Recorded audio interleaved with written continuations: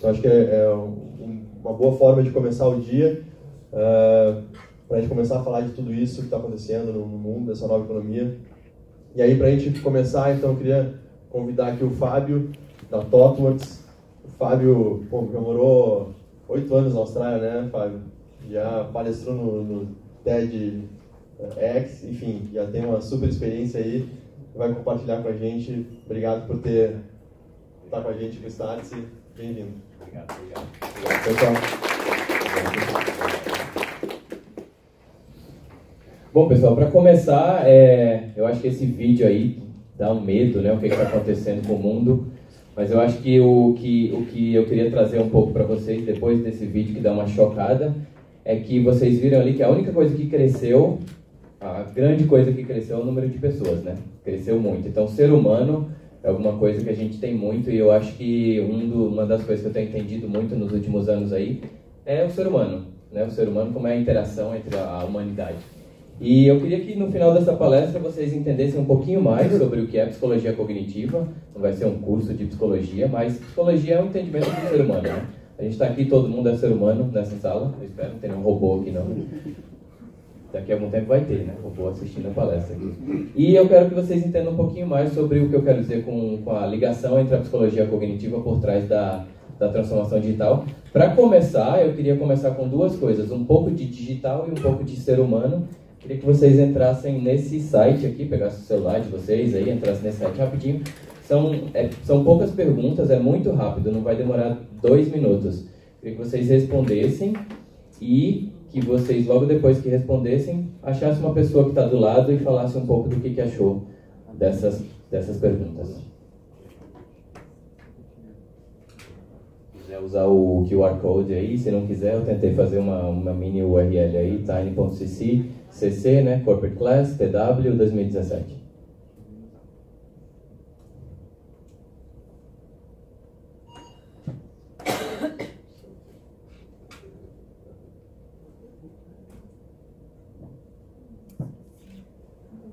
Não? A internet.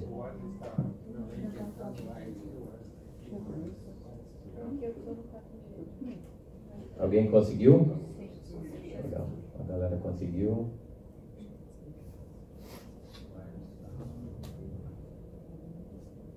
E se alguém terminar, levanta a mão que a gente vai vendo quem já terminou. Aí acha uma pessoa do lado que não conhece, fala um pouco o que achou das perguntas, para até conhecer alguém do lado, a gente incentivar um pouco também essa coisa da gente se conhecer um pouco aí.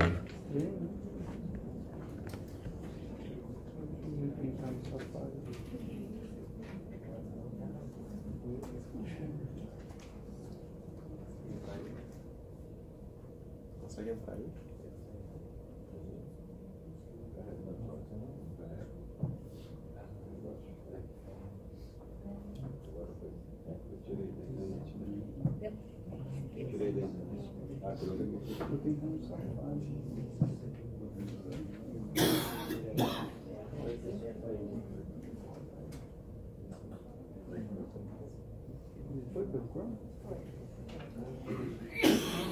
Quem conseguiu?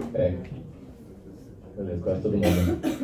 Quem não conseguiu, se colocar um www. No início, porque tem alguns browsers que acham que é uma busca e não vai direto para o site. Alguém já terminou? Nossa, só galera. Alguém já falou para a pessoa do lado que não conhecia, o que achou, assim?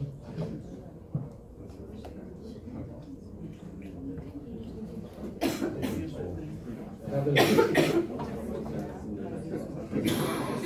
Mas aí, beleza, eu tenho um slide que mostra isso aí pra mim. Valeu. Alguém não terminou ainda? Beleza, todo mundo já terminou. Vou fazer uma pergunta para vocês aqui. Logo, vamos lá, todo mundo já terminou? Falou rapidinho para a pessoa do lado, o que achou? Quem não terminou não tem problema, pode fazer depois. Vamos voltar aqui a atenção para cá. Logo no início desse questionáriozinho tinha esse texto aí, né? Tinha esse textão aí, vamos lá. Não sei quem leu esse textão todo, mas no textão tinha escrito assim: para mostrar que você é consciente das suas decisões e que presta atenção em tudo que lê no mundo digital, não responda à pergunta 3. Somente responda as perguntas 1 e 2. Quem respondeu a pergunta 3 aqui? E respondeu mesmo assim. Interessante. Você é uma grande exceção nos nossos estudos de caso, nossos experimentos, uma grande exceção. Então, o que acontece, pessoal? Hoje em dia, eu estava até conversando com a Cristiane aqui, a gente tem um emaranhado de informação na nossa frente, é muita informação e a gente não presta atenção em tudo. No mundo da muita informação, a atenção se transforma em escassa, certo? Então a gente precisa escolher o que a gente vai dar atenção. E muito da psicologia cognitiva é isso, é entender como é que a gente faz alguém prestar atenção em alguma coisa. Agora foi aqui. Então, eu queria falar para você, o resultado, depois a gente mostra aqui, mas o resultado é que a grande maioria das pessoas respondeu a pergunta 3, porque é uma coisa rápida, a gente vive nesse mundo rápido, vem um textão, a gente não lê. Então, como o Felipe falou, eu fiz um TEDx sobre isso, e no e-mail do TEDx de boas-vindas, a gente colocou um texto, que era esse aqui, que falava: você, ao se inscrever no TEDx, você está automaticamente cedendo o poder de todas as decisões que você vai tomar na sua vida ao speaker, eu, que vai falar sobre decisões. Então, nesse caso, a gente criou um formulário que as pessoas aceitaram, dizendo que ia ceder todo o poder de todas as decisões da sua vida, e de 500 pessoas que estavam no evento, somente 13 pessoas disseram não. Elas pediram para sair dessa decisão que alguém já tinha tomado por elas. Então é muito interessante isso aí, essa tomada de decisões que a gente toma e acha que toma, mas na verdade não foi a gente que tomou. A gente toma mais ou menos, em média, 35 mil decisões por dia. Essas decisões, muitas delas são conscientes, muitas delas são inconscientes. Mas esse é um número médio de decisões que cada ser humano toma por dia. E eu vi uma palestra que falava desse experimento aqui, isso me chocou muito. Vou contar para vocês o experimento. Essa revista The Economist deu um experimento onde existiam 3 formas para você se inscrever e fazer o subscription, a assinatura da revista. Uma assinatura digital por $59, uma assinatura impressa, da revista impressa, por $125, e uma assinatura impressa mais digital por $125. Certo? Resultado desse experimento foi que a grande maioria das pessoas escolheu o combo, impresso mais digital, e ninguém comprou o do meio. Algumas poucas pessoas compraram a revista digital. Só que o que eu acho legal desses experimentos é que eles rodam esse experimento com 2 grupos. E num segundo grupo, eles tiraram essa opção do meio. Certo? Então, para um segundo grupo de pessoas, só existiam 2 opções. Ou o digital, por $59, ou o combo, por $125. E o interessante é que nesse experimento, para o segundo grupo de pessoas, a maior parte das pessoas escolheu a assinatura digital. E aí me falaram isso, e a impressão que dá é assim, eu não ia cair nisso, né? Eu nunca cairia, eu não caio nessas coisas, e aí vem aquela sensação de que não, isso aí são pessoas que não prestam atenção, né? Aquela atenção que a gente não presta mesmo. E eu fiquei muito curioso sobre isso, e essa opção do meio, ela tem até um nome, ela chama decoy. Ela é uma opção que ela é colocada numa equação quando você está tomando uma decisão para influenciar a sua decisão para ser uma ou outra. Tem até uma regrinha, se você tiver 2 opções A e B, e você quiser que a pessoa escolha a opção B, você joga uma opção menos B na equação, a opção menos B faz a opção B parecer melhor. Então, o grande objetivo dessa opção aqui, de 125, é fazer essa opção parecer melhor. Porque você esquece essa opção aqui. Você acaba falando, para que eu vou pagar 125 na impressa se eu posso ter 125 nas duas? E aí você percebe que você já parou de pensar nessa. Certo? Então, você desvia a atenção. É como se você pegasse a atenção do ser humano e você desviasse ela. É muito interessante isso. E uma forma que eu consegui entender isso foi com ilusões de ótica. O círculo azul do lado esquerdo e o círculo azul do lado direito, eles são do mesmo tamanho, enquanto que o do lado esquerdo parece um pouco maior e o do lado direito parece um pouco menor. Vocês concordam? Porque o que tem em volta, ele influencia a forma que a gente enxerga o mundo. Só que o que tem em volta aqui, ele influencia, mas na verdade eles são do mesmo tamanho. Essa daqui me chocou. Quando eu vi essa daqui, ó, o quadrado A e o quadrado B, eles são da mesma cor. Mesmo tom de cinza. Tem 50 e aí é um deles. Certo? Então, esse cinza é o mesmo cinza desse. E a gente olha e fala, não pode ser. Não pode, mas é. Eu abri no Photoshop, copiei um quadradinho, colei em cima do outro, é exatamente o mesmo. Né? Então, quando você faz assim, você vê um pouco, e que é exatamente o mesmo. E é exatamente o mesmo. Só que por que a gente acha que não é? Porque o que tem em volta de A é luz, o que tem em volta de B é sombra. Então, mais uma vez, a gente percebe que o que tem em volta influencia como a gente enxerga. Na nossa decisão, o que tem em volta também influencia a nossa decisão. O que tem em volta daquela decisão de qual revista a gente vai comprar, influenciou a decisão. E isso são as ilusões cognitivas, né? São cognitive biases, ou que também são chamados de vieses cognitivos. Não sei se alguém já ouviu falar nisso. A gente tem um monte desses vieses cognitivos. E essas ilusões cognitivas são como ilusões de ótica de comportamento. A gente tem todo um estudo do século passado, acho que tem uns 70 anos que essas ilusões cognitivas vêm sendo estudadas, tem muitos experimentos disso aí, e isso influencia como o ser humano toma decisões.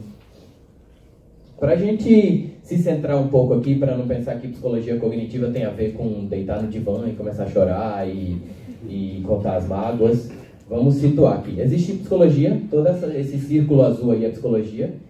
Dentro do círculo azul de psicologia tem psicologia cognitiva e existe uma teoria chamada Behavior Economics, ou economia comportamental. Ela está sendo cada vez mais usada aqui no Brasil como economia comportamental, que usa as abordagens da psicologia cognitiva para entender como as pessoas tomam decisões.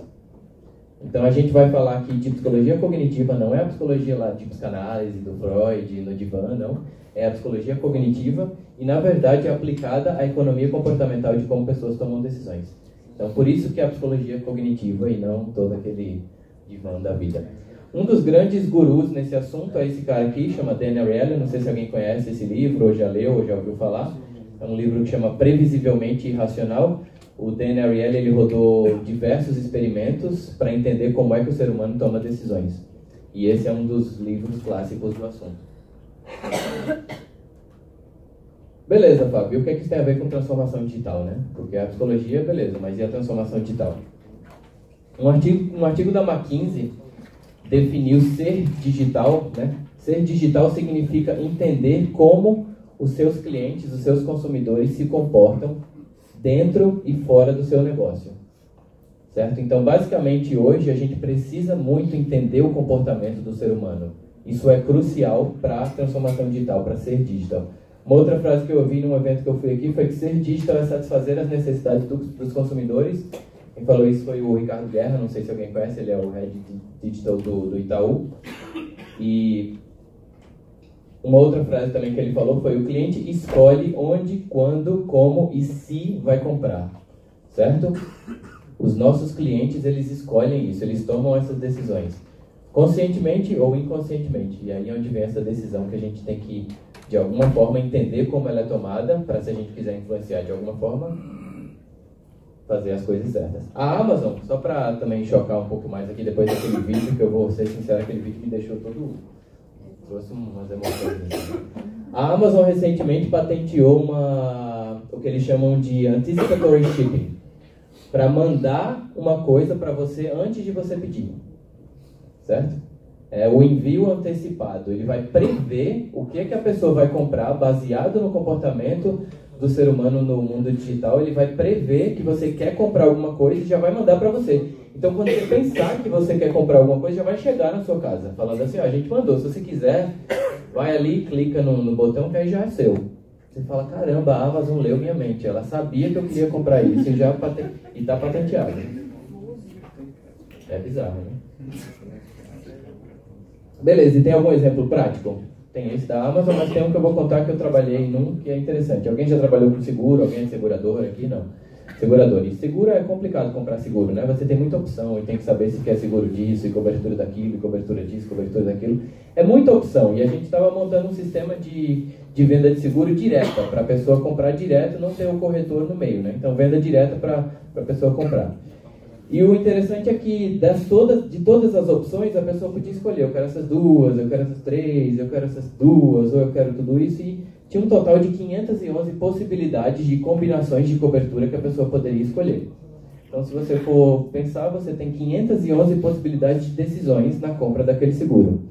E é muito complexo isso. E no processo de decisão de como fazer o design dessa venda do seguro, foi decidido que o design ia ser feito, uma das variáveis que utilizadas era a profissão, e porque o seguro tinha a ver com profissão. Então foi feita uma personalização digital, certo? Através da profissão. Se a pessoa fosse fotógrafa, apareceriam essas 3 primeiras opções. Se a pessoa fosse mecânica, apareceriam essas outras 3. Então as opções elas eram baseadas numa personalização de acordo com a característica que era a profissão. E isso é um dos pilares da transformação digital.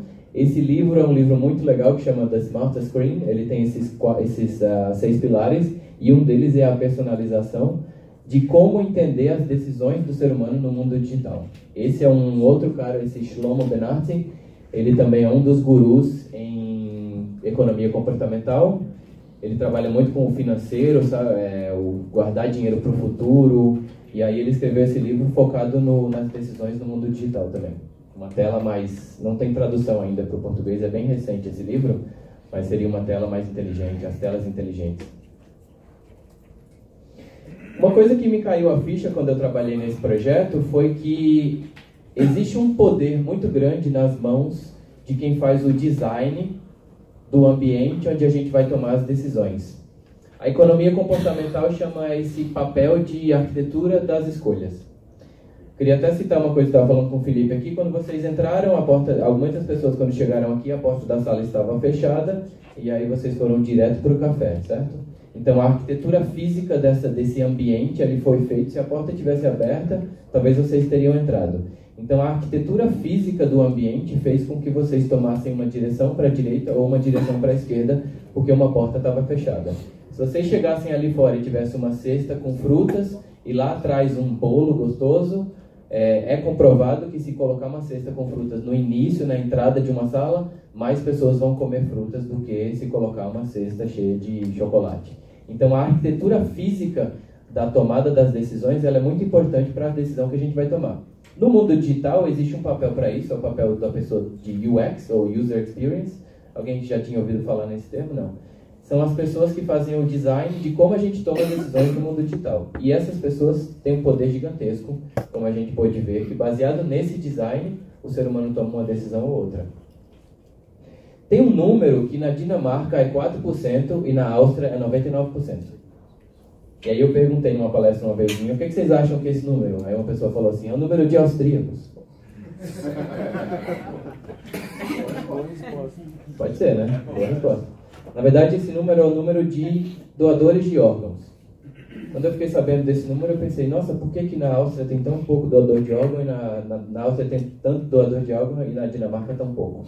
Porque na Áustria você já é doador de órgão, você tem que pedir para sair. E na Dinamarca você tem que pedir para entrar. Então, essa tomada de decisão, tem uma palavrinha mágica aí que chama default, né? Aqui em português a gente fala default ou default. E o default ele é muito poderoso. Porque o ser humano é preguiçoso e existe um viés cognitivo, que é o viés cognitivo que chama status quo bias, que é basicamente a gente quer ficar do jeito que está e a gente não quer fazer o esforço de mudar. Então, toda tomada de decisão que for feita baseada no default é aquilo que já é e você tem que pedir para sair. Eu chamo isso de decisões Capitão Nascimento. Você tem que pedir para sair. Certo? Você é decisão tropa de elite. Você pede para sair da decisão. Alguém já tomou a decisão para você e você pede para sair. Estava lá fazendo a minha assinatura no Netflix, e aí, olhando para essa tela, eu percebi esse checkboxzinho aqui embaixo, que dizia, por favor, não me envie ofertas da Netflix. Então, assim, para eu pedir para sair, eu tinha que clicar no negócio para não receber, porque a Netflix já tinha decidido que eu queria receber oferta e eu tinha que clicar para não receber, certo? Então, isso é um default. Alguém já tomou uma decisão por mim, e para eu sair, eu tenho que clicar. É igual o formulário de ser doador de órgão. Assim, você já é doador de órgão, para não ser, marque. Certo? Então a decisão default é ser, eu tenho que pedir para sair. O Uber é interessante. O Uber lançou recentemente, acho que há alguns meses, não sei se já faz um tempinho, acho que foi ano passado, a opção de pool, né? Que aí você compartilha o carro com outras pessoas. E eu abri meu celular, estava lá o pool já pré-selecionado. Então eu tinha que desmarcar o pool, porque o pool já era o default. E aí eu converso muito com motorista de Uber. Não sei se vocês conversam muito, mas motorista de Uber eu adoro bater papo, e eu também, então aí dá certinho. Aí uma vez o motorista do Uber, eu perguntando pra ele, né, e aí, alguma história engraçada? Assim, tem umas histórias muito engraçadas.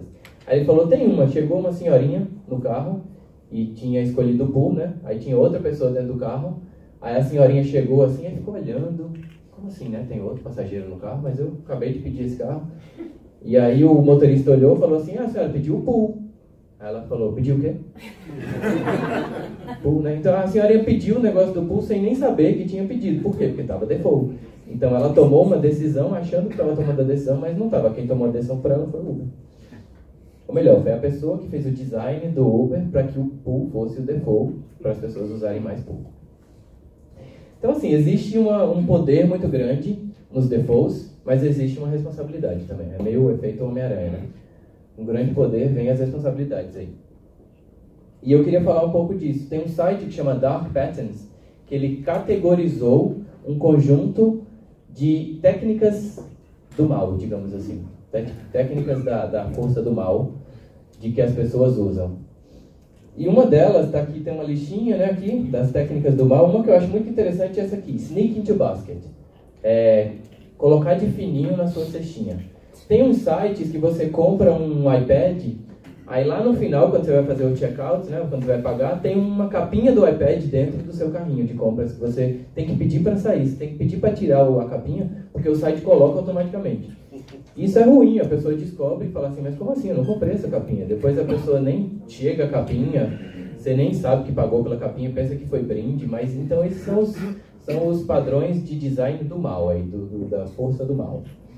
Esse do Sneak into Basket é muito interessante porque no mundo digital a gente aceita ele, mas no mundo físico a gente não aceitaria, né? Imagina, você está lá no supermercado fazendo compra, aí do nada vem uma pessoa e coloca o negócio. Não vai aceitar um negócio desse, né? Não tem como.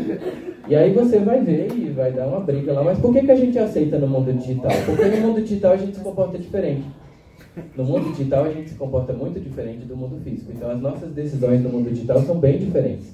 E no mundo digital, alguns dos defaults do mundo digital são checkboxes, drop-downs, autocomplete. Quando você começa a digitar alguma coisa que já aparece uma sugestão, aquilo são defaults. Você começa a digitar SA e aparece São Paulo, por que não aparece Salgado? Entendeu? Enfim, porque alguém decidiu, os dados que foram colocados naquele sistema decidiram aquele default para você.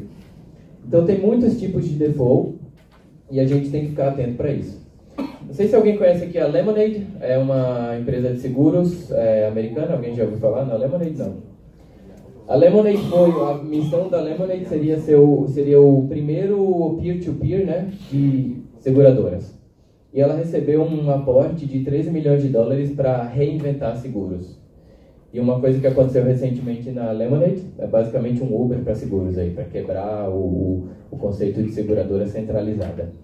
Uma coisa que aconteceu recentemente na Lemonade é que eles tiveram o sinistro mais rápido do mundo. O sinistro foi aprovado em 3 segundos. Alguém colocou um sinistro, em 3 segundos depois eles tinham feito 18 cheques de risco com antifraude, tinham checado com a policy, tinham feito tudo, enfim, foi tudo. E um bot, que é o bot deles, já tinha comunicado para a pessoa, o seu sinistro foi aprovado, o seu dinheiro já está disponível para você receber de volta.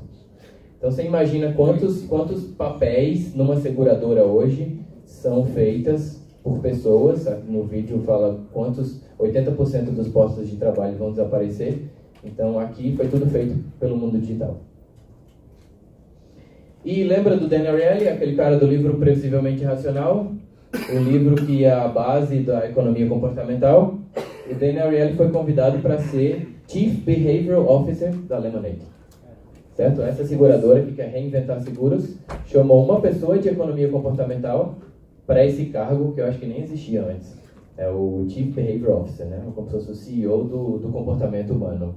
Uma pessoa para trazer esse entendimento do comportamento para um laboratório de entendimento de comportamento humano, onde experimentos são executados com pessoas para entender como as pessoas se comportam.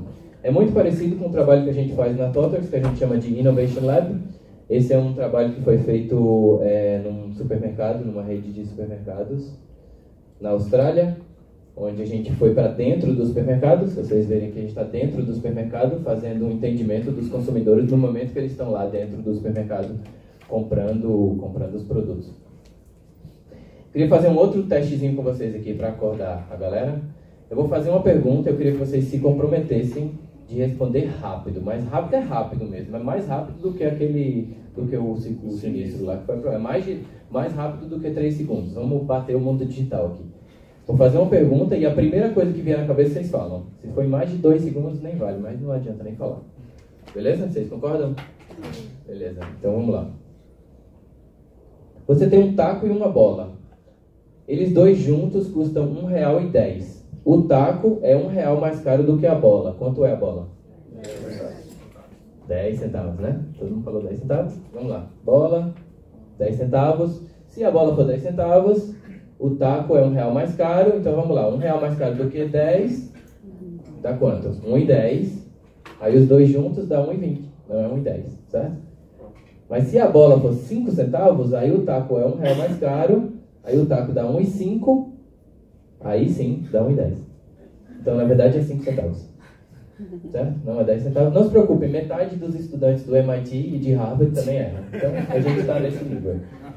Todo mundo eu errei também, enfim, então todo mundo no mesmo barco. O que acontece? O ser humano, a gente tem duas formas de pensar. É como se a gente tivesse 2 cérebros. Esse cara também, que é um outro guru da economia comportamental, ele chama Daniel Kahneman, ganhador do Prêmio Nobel. E ele escreveu esse livro, que é um outro livro clássico também da economia comportamental, que chama Thinking Fast and Slow. Em português ficou Rápido e Devagar, Duas Formas de Pensar. Parece poesia, né? Rimando assim, rápido e devagar, duas formas de pensar. Mas é muito interessante que ele fala que o cérebro humano tem 2 sistemas. Tem o sistema 1 e o sistema 2. O sistema rápido e o sistema lento. E o entendimento de como a gente toma decisões, quando a gente toma decisões rápidas e quando a gente toma decisões lentas, faz com que a gente também consiga influenciar a tomada de decisão do ser humano. O sistema rápido, ele é falho, mas muitas vezes a gente precisa usar ele porque a gente não tem tempo suficiente e capacidade cognitiva o suficiente para pensar lento em tudo. Certo? Imagina, eu estou aqui agora, aí eu vou dar um passo, aí eu vou pensar, peraí, mas eu dou um passo com o pé esquerdo ou com o pé direito? Eu vou com o esquerdo. Não, mas se eu for com o esquerdo, aí eu... Então não dá para pensar lento. Então tem que pensar rápido em algumas coisas. E esse pensamento rápido, infelizmente, ele é falho. E é desse pensamento rápido que vem as ilusões cognitivas, que vem os vieses cognitivos, que vem os preconceitos, que vem os estereótipos, que vem a chegada de conclusões rápidas, que vem as escolhas rápidas, que vem vocês pularem uma resposta sem ler o texto e sem ver que estava delegando todas as decisões para uma pessoa sem saber. Então é daí onde vem o pensamento rápido. E aí, falando um pouquinho de pensamento rápido, o Felipe falou, eu morei na Austrália um tempo, e uma das perguntas, inclusive, aí era, se vocês pensassem na Austrália, o que era que vinha na cabeça, deve ser canguru, né? Que tinha lá canguru, acho que muita gente marcou canguru. E aí, algumas vezes, o pensamento rápido, ele é verdade, né? Porque tem muito canguru mesmo, e tinha canguru aqui, olha, canguru e tal. Mas, às vezes, ele não é. Então, nesse caso, ele é verdade. E só também para falar um pouco da TOTOX para vocês, da TW, a TW é essa empresa que a gente trabalha com tecnologia para inovar e para transformar grandes empresas. E a gente se diverte fazendo isso. Isso aqui foi quando um dos nossos projetos foi para a produção, a gente se divertiu, então tem um pouco dessa diversão. Queria falar para vocês, tem uma revista aí para algumas pessoas, que é essa revista que a gente lançou recentemente, chama Coragem. Se alguém quiser dar uma olhada, se quiser conversar comigo depois sobre a TOTOX, pega a revista, eu tenho mais algumas ali, se alguém não conseguir pegar, eu tenho a revista. E se quiser conversar comigo depois, a gente bate um papo. Mas é o seguinte, falando de pensamento rápido também, uma outra coisa que acontecia muito comigo quando eu estava lá na Austrália é assim, você é do Brasil? Sou. Aí já vem um monte de coisa na cabeça, né? Pensa que eu sei jogar futebol, e eu não sei, aí me chamam para jogar futebol, e eu sou um fracasso. Então eu sou aquele brasileiro que o pensamento rápido não funciona, né? Pensa já, isso aí é a cara do Brasil quando vem o pensamento rápido, e nem sempre é esse, né? Mas uma coisa engraçada também do pensamento rápido é que lá na Austrália tem uma pessoa que chama Fábio, e é tipo assim, aqui no Brasil, se você falar Pelé, só tem um, né? Não tem um Pelé. A primeira coisa que vem na cabeça, Pelé é o Pelé, né? E lá o Fábio, infelizmente, é esse cara aqui. E aí eu falava assim, prazer, Fábio. Aí todo mundo pensava que era piada, tem que mostrar o ID e tal, pra mostrar que é mesmo. Porque o pensamento rápido é Fábio. Então, só pra trazer um pouco dessa coisa do pensamento rápido também pra vocês. E eu acho que pra complementar um pouco daquele vídeo que o Léo mostrou, eu tenho alguns dados aqui. 90% dos dados de hoje foram criados nos últimos 2 anos. 10% de todas as fotos do mundo foram tiradas nos últimos 45 dias. O Brasil é o primeiro país com mais de um celular por habitante. tem 1,38 celulares por habitante no Brasil. E o outro é que hoje já são 16 bilhões de aparelhos conectados à internet por Wi-Fi. 16 bilhões. Tem 7 bilhões de pessoas e tem 16 bilhões de coisas, né? Então isso aqui é muito ligado à internet das coisas. E voltando um pouco para aquelas decisões, a gente toma 35 mil decisões por dia. E quantas dessas decisões, eu defini esse termo, decisões digitais, e a pergunta aqui é: quantas dessas decisões são decisões digitais?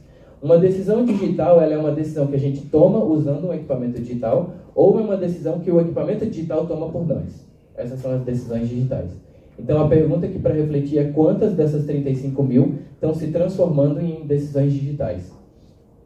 Muitas delas, né? Se eu vou hoje no Google e digito onde comer em São Paulo, por exemplo, estou querendo sair para jantar, e digito lá onde comer em São Paulo. Vem 8 milhões de resultados. E o Google ainda humilha dizendo que calculou isso em 0,64 segundos. Né? Então, 8 milhões de resultados está lá na sua cara. Qual é o resultado que a gente clica? 91,5% das pessoas clicam no resultado da primeira página. Então, e o resultado que está lá na página 38? Que a gente não clicou, que ninguém nunca vai lá. Dizem, tem uma palestra aí que fala que o melhor lugar para esconder um corpo de uma pessoa que você matou é na página 2 do Google, que ninguém vai. Ninguém vai, você joga lá, ninguém nunca vai achar, porque todo mundo clica na página 1. Então, a página 1 do Google, o algoritmo de busca do Google, que define o que vai aparecer na página 1, está tomando essa decisão por nós. Não sou eu que estou decidindo onde eu vou jantar. Foi esse algoritmo que decidiu. Aí a gente vai, escolhe lá o quarto resultado e fala: olha, foi eu que escolhi onde a gente vai jantar hoje. Não, não foi. Foi o Google. Certo? Então essa é uma decisão digital que a gente não toma mais. Foi o Google que tomou por nós. E aí chega no limiar da manipulação, né? Muita gente pergunta: Fábio, se eu entender como é que esses vieses cognitivos funcionam, eu consigo manipular as pessoas? Sim. Dá para manipular as decisões, porque as decisões, elas estão sendo manipuladas. A gente está vendo aqui que existe sim a manipulação. E aí é onde vem um outro livro muito interessante, que é esse livro que chama Nudge, que ele fala da moral e da ética dos empurrõezinhos, que a palavra nudge significa empurrãozinho. Inclusive eu queria pedir para vocês darem um empurrãozinho na pessoa do lado, assim, dá um empurrãozinho. Isso aí é um nudge, certo? Nudge é esse empurrãozinho, assim, nem é uma tapa no cara, não é um tapa, é um empurrãozinho. Então, empurrãozinho, nudge, essa palavra que significa empurrãozinho. E esses empurrõezinhos, essas coisas que a gente faz para dar um empurrãozinho, ó, seria melhor você tomar essa decisão. Esse livro, ele fala da moral e da ética disso aí. Fala um pouco sobre isso, se vocês quiserem ler mais. Mas esse é o nudge, né, que é esse empurrãozinho. E a teoria que eu criei por trás disso é uma teoria que chama Digital Nudge, que na verdade é sobre o entendimento e a conscientização desses empurrãozinhos no mundo digital. Para a gente entender melhor, a gente que vive no mundo digital, a gente precisa entender quando a gente está sofrendo esses empurrõezinhos, quando a gente está sendo manipulado. E a gente que cria o mundo digital precisa ter consciência da moral e da ética dos empurrõezinhos que a gente está criando. Certo? Inclusive, só voltar aqui rapidinho, uma pessoa chegou para mim no final da palestra e falou assim: ah, agora eu entendi.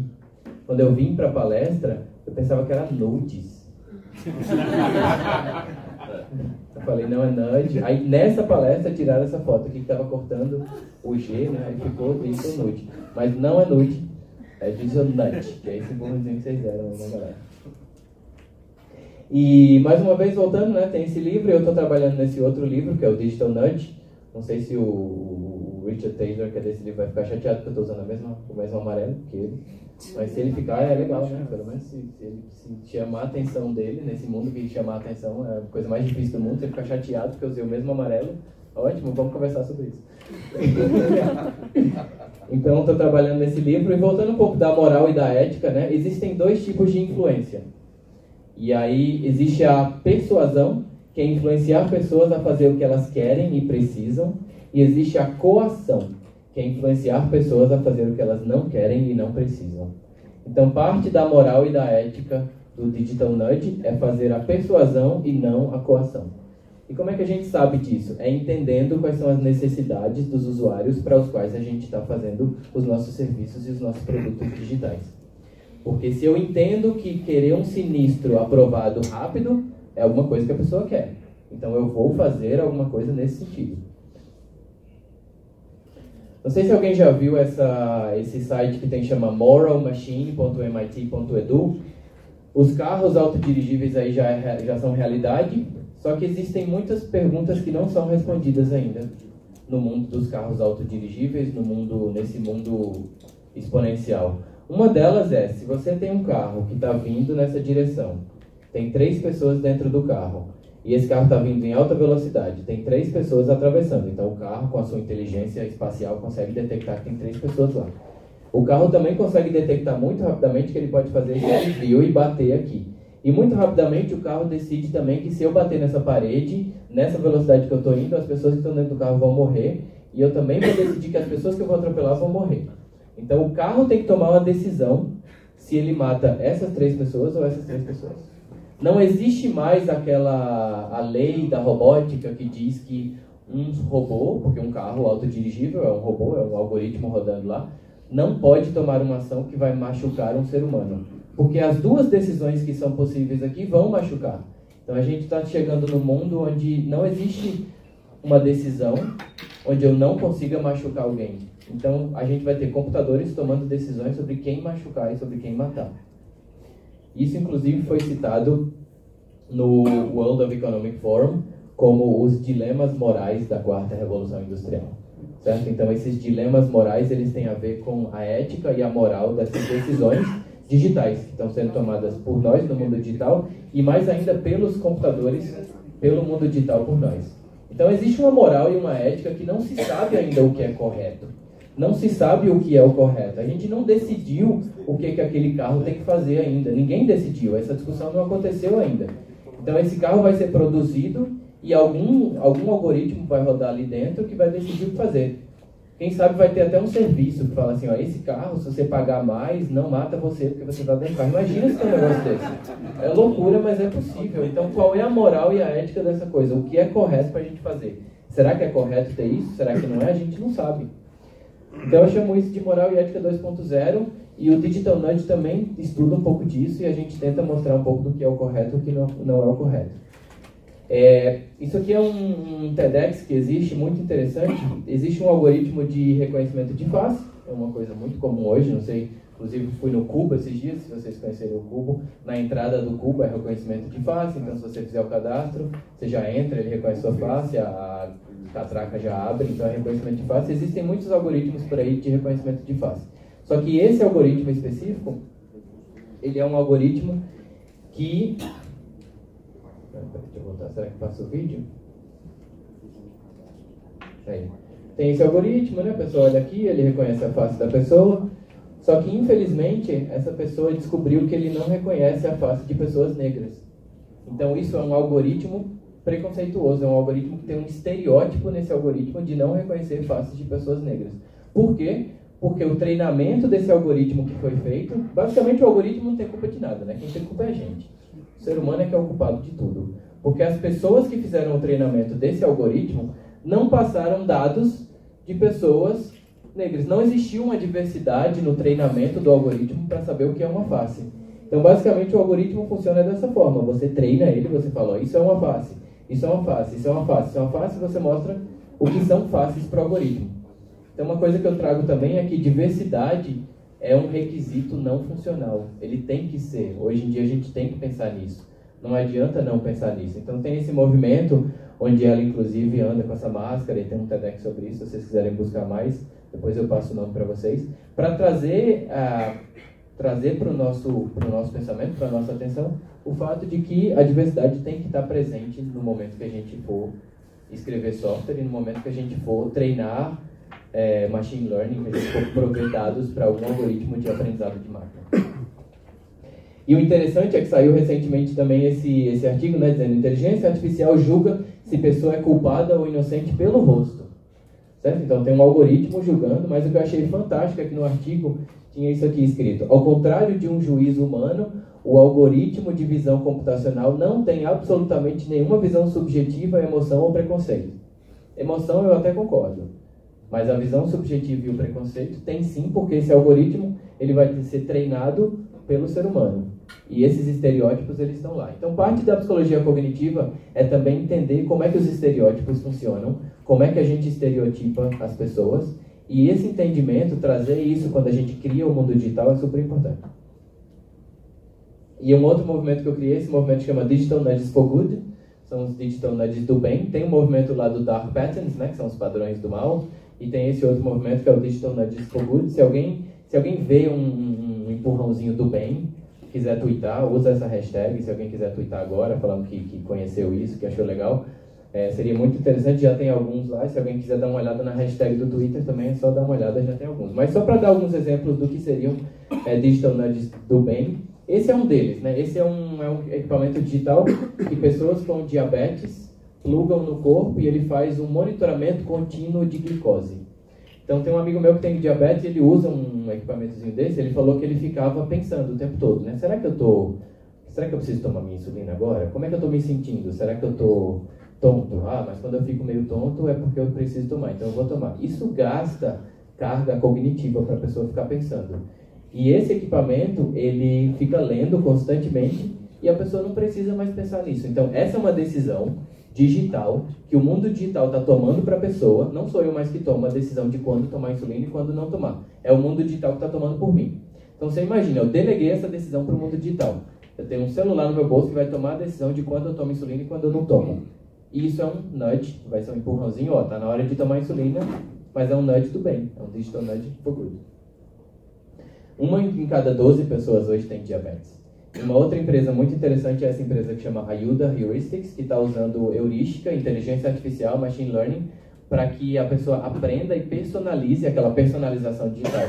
Porque nem sempre a pessoa com diabetes é igual a outra, mas os tratamentos hoje são meio generalizados. Então, como é que a gente personaliza? O digital, ele permite a personalização. Eu permito que eu crie um tratamento específico para você, porque eu vou entender o seu contexto. Um outro Digital Nudge for Good é esse bonezinho que chama Smart Cap. É um bonezinho que ele mede as suas ondas cerebrais. Existe um número muito grande de acidentes por pessoas que cochilam. E o que esse bonezinho faz, ele lê as suas ondas cerebrais, prevê que você vai cochilar, e aí dá um empurrãozinho, um nudge, eu acho que é um som lá, que aí te acorda e você não bate o carro. Então é muito usado para motoristas de caminhão, para prever o cochilo e prevenir acidentes. Queria falar uma coisa para vocês. A gente falou de alguns desses vieses cognitivos aqui. Um deles foi o status quo bias, que é o viés do default, né? Eu prefiro ficar no status quo onde eu estou do que mudar alguma coisa. A maioria das pessoas prefere isso. Mas eu queria falar para vocês que existe um mundo de vieses cognitivos. Esse é um cheat sheet, assim, é o Cognitive Bias Codex, que cada um desses aqui é um desses bugs que a gente tem no nosso cérebro. E o que eu acredito é que entender isso melhor vai ajudar a gente a ser mais consciente, tanto na hora de tomar as decisões, quanto na hora de criar os equipamentos digitais que tomam decisões por nós. Teve um evento no ano passado que fez com que as pessoas dessem 144 bilhões, isso aqui não é receita de nenhuma empresa, são 144 bilhões de passos. Alguém sabe o que foi isso aqui? Pokémon GO. Certo? Pokémon GO fez com que as pessoas andassem 144 bilhões de passos.